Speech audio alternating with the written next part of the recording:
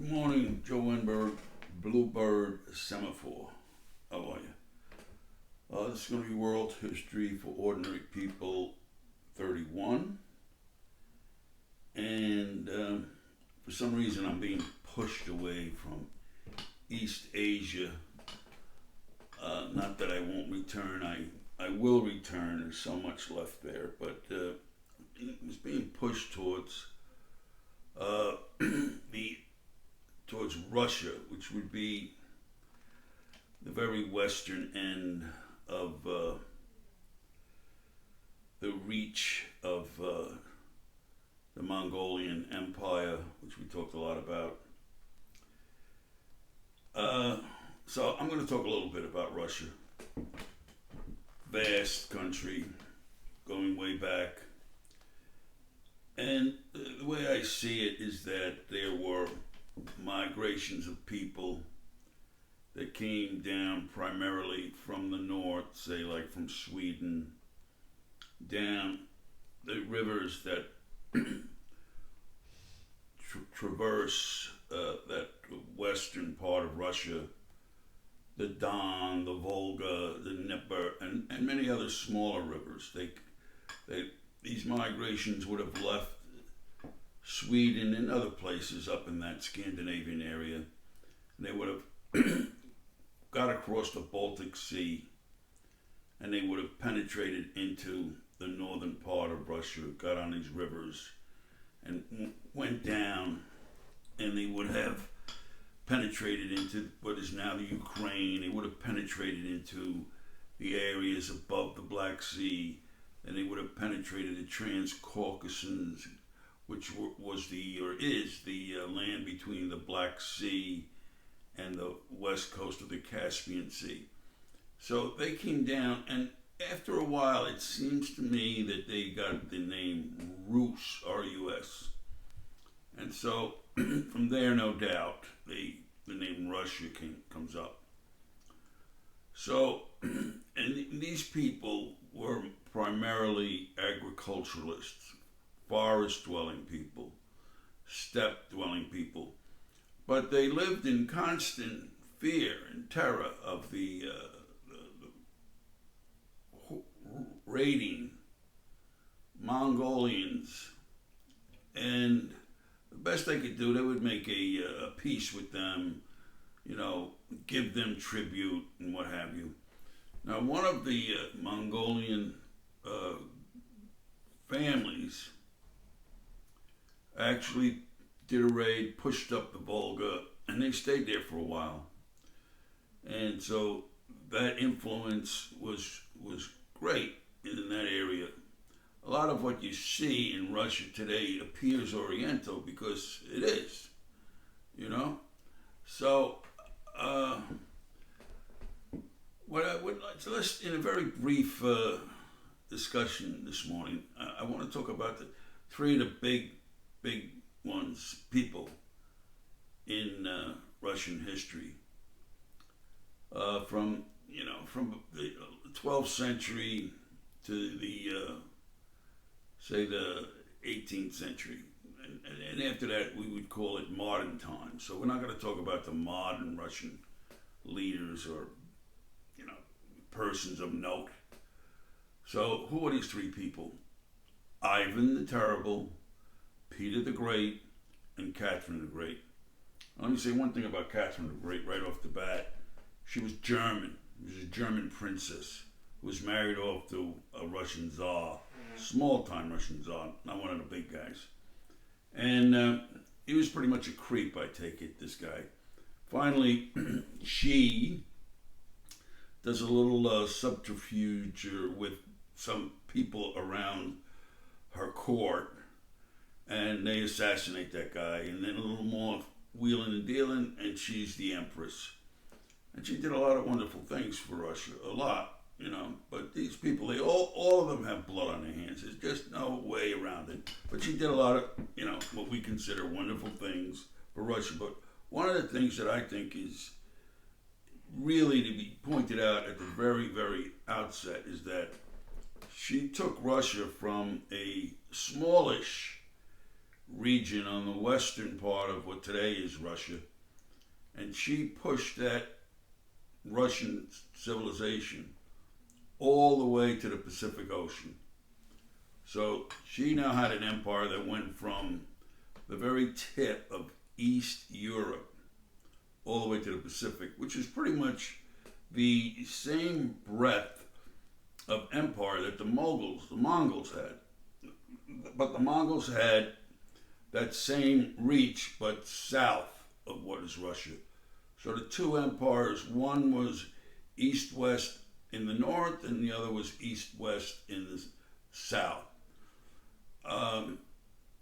Now, the Ivan the Terrible, he got that name for a reason, because he was terrible. And he doesn't. You can't even say that he has a lot of good works that can be attributed to him. His whole deal was looking out for Ivan, gathering as much wealth that he could get, primarily at the by subduing the peasants all over the country and taking much of what they produced and doing a little raiding here and there. And this was Ivan the Terrible. Now, Ivan seemingly would get beat down by the Tartars, which is, this is, to me, I find the terms interchangeable, Tartars and the Mongols. So he can't subdue them. They're always going to subdue him. And I came across one statement about him, which should show you his character. They know that the raiders are coming, and the people are all trying to, do what they can. What he does, he gets a group of his peeps, and he goes and he evacuates way up north where he's not going to be found. So he goes hides. That's Ivan the Terrible. The next big guy after him was Peter the Great. And Peter the Great was a person of many characteristics that seemingly were at odds with each other. Just a contrary person. 6'7", a very athletic looking dude. At least a couple of wives here and there, and kids, enough kids to have heirs, which is very important to these people.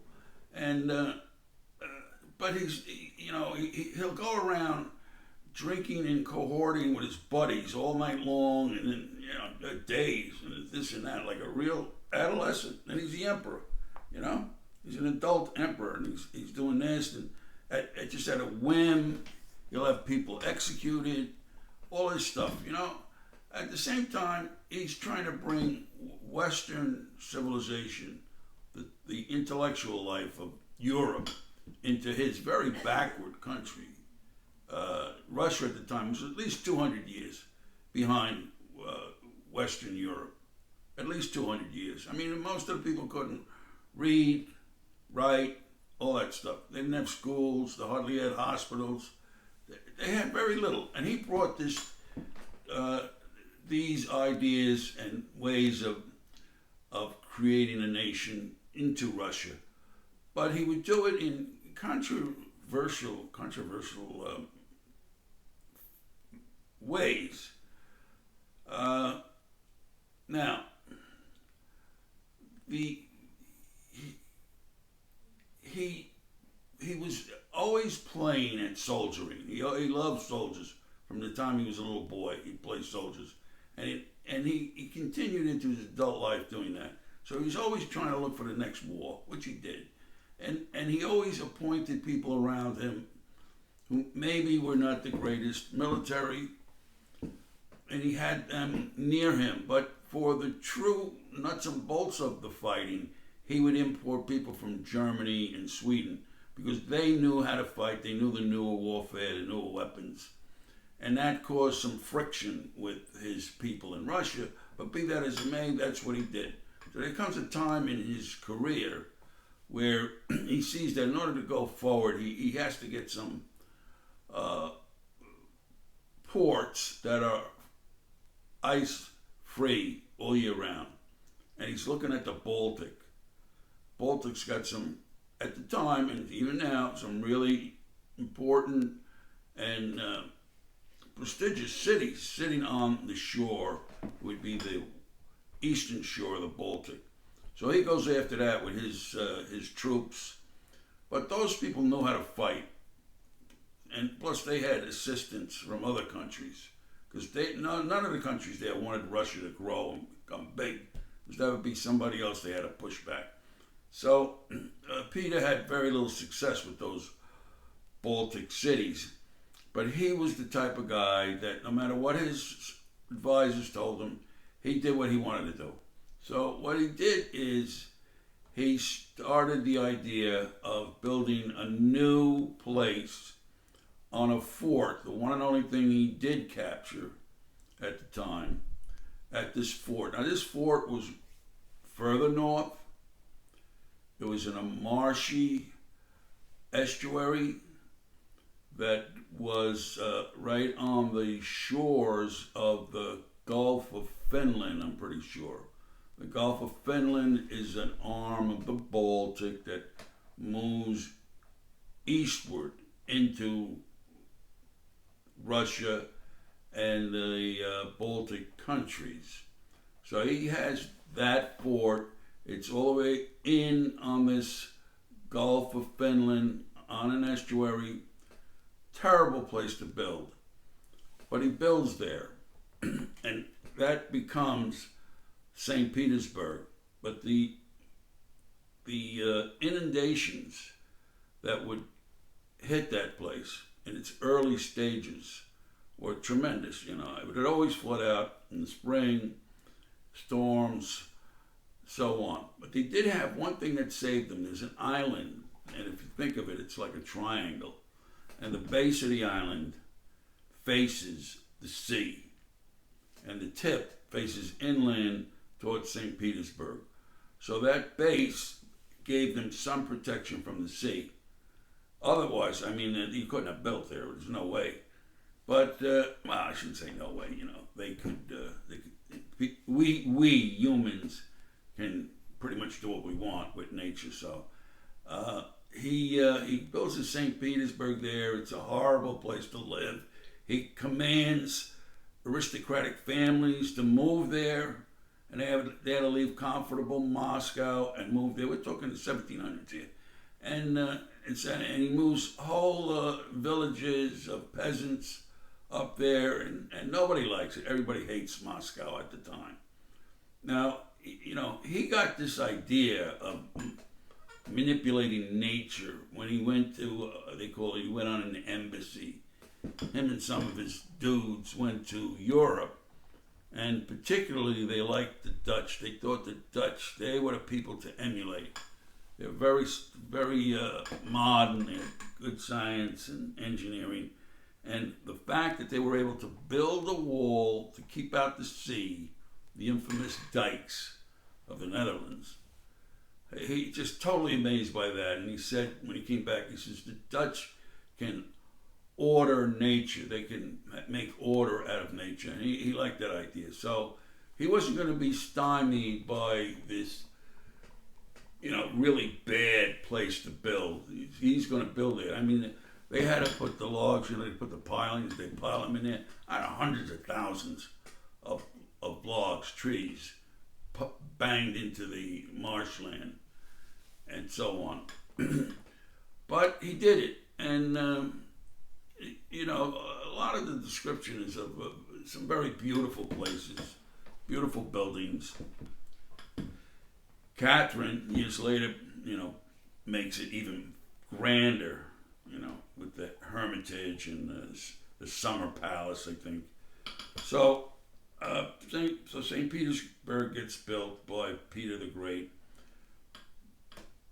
Of course, as everybody does, sooner or later he dies, and there's a few more czars here and there. And I told you how Catherine came about. And hardtail will be told at a later date, along with more about the Russians and their start just I say a thing about the Cossacks, is that they were the peasants living in these villages and these estates of the aristocrats. Not, they really didn't like it. They didn't like that they were not free to come and go as they pleased. They didn't like being told what to do. You know, each aristocrat would have a steward on the place. You'd have that looked after and tax collectors. It's just horrible living like that. So some of them, the more I'd say, the more truly concerned about this miserable state of living, they would up and run away, which of course was they were breaking the law. And if they ever get caught, more than likely they'd be either taken back and put back into service, or if the particular master was having a bad day, maybe they'd be executed. But the point is that many of these, at least not many, but people would run away from these places in the woods, in the steppes, wherever. They'd run away, and they typically were running south into the lower parts of the Ukraine, and they became known as the Cossacks. And I think that name translates into something meaningful, like those who raid or something like that, or those who could be paid to raid. And they basically had three settlements of Cossacks, and they didn't farm much. They didn't do those sorts of things. Although eventually they do farm, because they do. So, but in the beginning, they were going to live off of raiding and any of the loot that they got in the raiding. They would live on that. And what they would do is, during times of non-raiding, when they were sitting around their camps, there was no authority. There was no leader. Everybody lived in general harmony. But once there was need for some raiding, for some warfare, the natural leader would step up, and everybody would agree, he's the best fighter. We're going to follow him. So he was like a natural authority figure. But once the war was over, bam, he was shut down, and he went back to no more authority. Of course, all these things have their variations and changes over time. And the Cossacks would hire themselves out maybe to a czar, and they would go through the peasant village killing the peasants. You know, so they had blood on their hands too.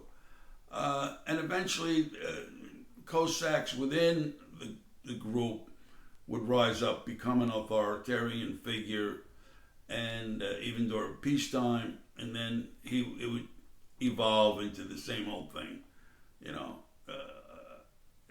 administrative states that are manipulating the people, and so on and so forth. Now, but they make a good point that the real need for authority is at the time of warfare. You got to have somebody who's going to run the show, okay?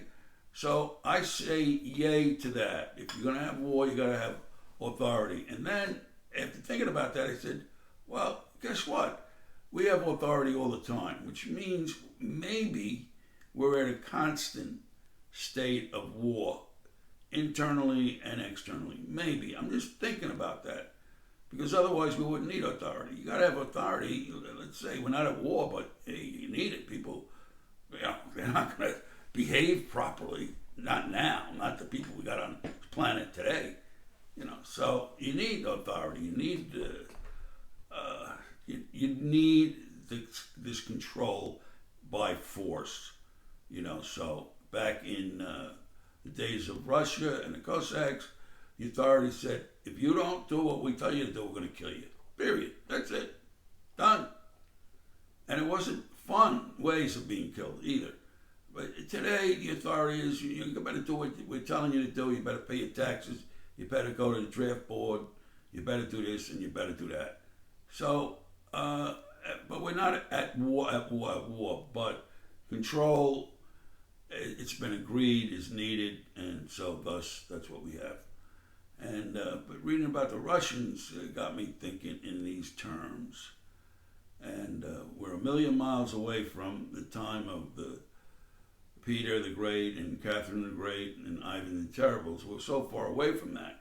But it was brutal in those days. Brutal, brutal, brutal. And today it's not so brutal. Today, most of us, we get to live out our lives fairly peacefully without anybody mugging us. Well, on that note, I think I better get going. Yeah, okay. Well, World History 31, a little bit of a departure towards Russia. And I may continue to push in that direction. But I do want to get back to East Asia. I think the last time I talked about the inundation that was all around the Yellow River, thousands of years BC, that they eventually took care of, and they stopped the marshes and the inundations that would take place, probably by draining them, just like Peter did up in St. Petersburg. When you do that, of course, you subject yourself to other environmental catastrophes. And like in the case of China, the Yellow River now had no buffer to absorb the overflows, the flooding spring tides, and the Yellow River, went and wiped out village after village, town after town, city after city, until it became known as China's Sorrow. In St. Petersburg, the draining of those swamps would lead to St. Petersburg in the beginning being flooded all the time, and also being a pretty horrible place to live from a weather condition. If you think of where Boston sits as far as latitude, and you think of where St. Petersburg is as far as latitude, St. Peter's is 1,200 miles north of where Boston sits on a line of latitude. Very far up there, very north, very cold. In those days, probably a very miserable place to live. But people like the czars, they could do whatever they want, whenever they want. Now, if they really, really bad, the upper classes of nobles would strike them down also. So you can only go so far until there'll be retaliation, and then you get struck down. Okay, I said enough. Have a good time. Talk to you again. Bye.